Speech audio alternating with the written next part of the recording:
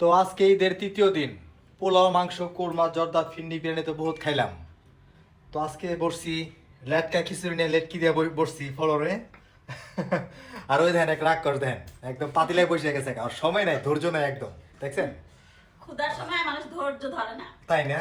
বেশি ক্ষুধা দেখছেন? লাগলে তারপরে পাতিলার পেলে লেটকা খায়। খিচুড়ি, গরুর মাংস দিয়া আমরা লেটকি দিয়ে বসছি ফলরে, ঠিক আছে? লেটকা খিচুড়ি গরুর মাংস দিয়ে যে খাবার যে কি টেস্ট, এটা যারা খায় একমাত্র হেলাই বোঝে। তাই না? অত আচ্ছা, স্মার্ট খাবার লাগবে না আমাদের। তাই না? এই দেন, এই যে রাগ করছে অবস্থা দেখেন, এক পাতিলা মাংস নিয়ে বসে দেন, মাংস দেন, শেষ করাইছে। খিদা লাগছে, খাইতে এই যে বসেছে। খাবার দেন, আর আমারটা দেখেন হুম, পুরো রয়ে গেছে।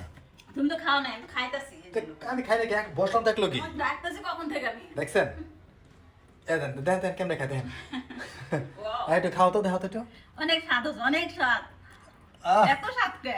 আহ। এই যে ধরো, এত হাড্ডি। তো খুবই টেস্ট একটা খাবার, হুম, তো খুবই মজা হয়েছে, আমি অল্প একটু খাইছি।